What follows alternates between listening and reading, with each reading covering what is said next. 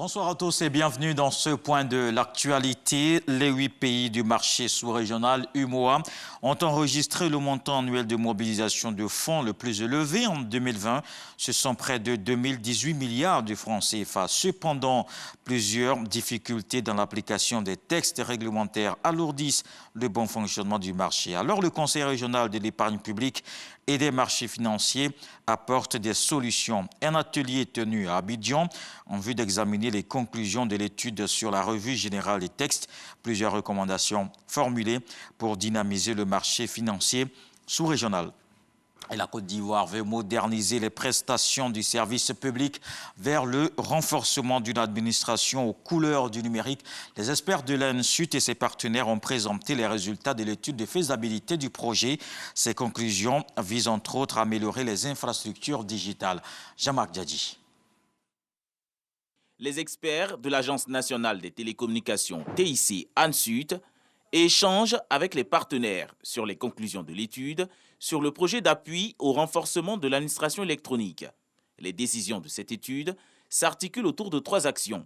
Améliorer les infrastructures digitales, multiplier les plateformes d'échanges digitaux dans les administrations publiques et élaborer un plan efficace de contrôle des données. Nous avons mis en place un réseau qui a interconnecté l'ensemble des ministères et toutes les institutions de la République. Donc ce volet infrastructurel sera revu et les points d'amélioration sur ce volet seront ressortis. Le deuxième point de l'étude, c'est sur les usages.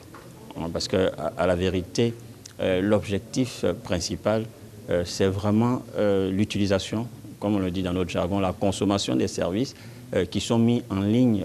Les résultats de ces travaux s'inscrivent dans un élan de transformation numérique de l'administration publique, selon le nouveau ministre de tutelle. L'enjeu principal, c'est l'utilisation effective du numérique dans l'administration. On voit aujourd'hui que le numérique est important, donc pour aller plus vite, pour réduire les distances, pour faire en sorte d'améliorer la gouvernance.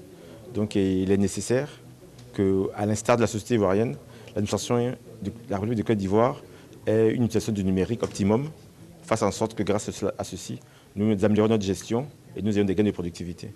Lancé en juin 2020, le projet d'appui au renforcement de l'administration électronique est à sa phase finale d'étude avant le financement par la Banque africaine de développement BAD.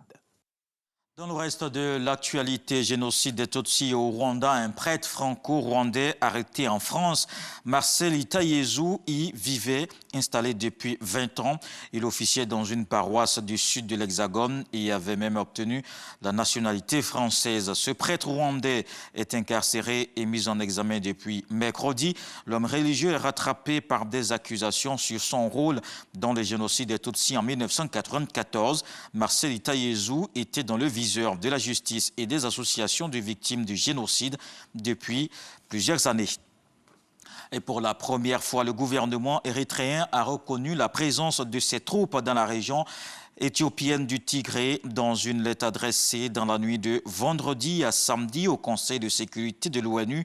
Asmara a promis de les retirer. La missive précise que le rapatriement de ces troupes a démarré jeudi. Le secrétaire général adjoint des Nations Unies pour les affaires humanitaires avait affirmé devant le Conseil de sécurité qu'aucune preuve n'était venue confirmer un retrait de la région des forces militaires érythréennes.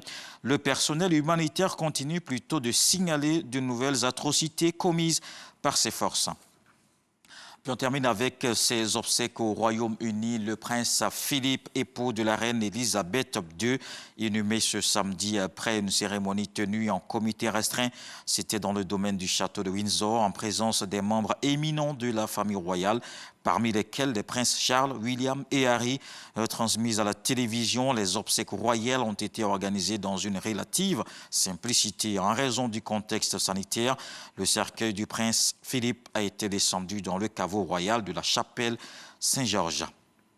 Et puis mettre en lumière des scènes de vie, des portraits d'hommes et de femmes qui mènent de petites activités pour se prendre en charge les œuvres de la main. C'est le thème de l'exposition de Guy-Serge Pinto. L'artiste peintre est l'invité de la page culture de ce samedi. On se donne donc rendez-vous à 20 h.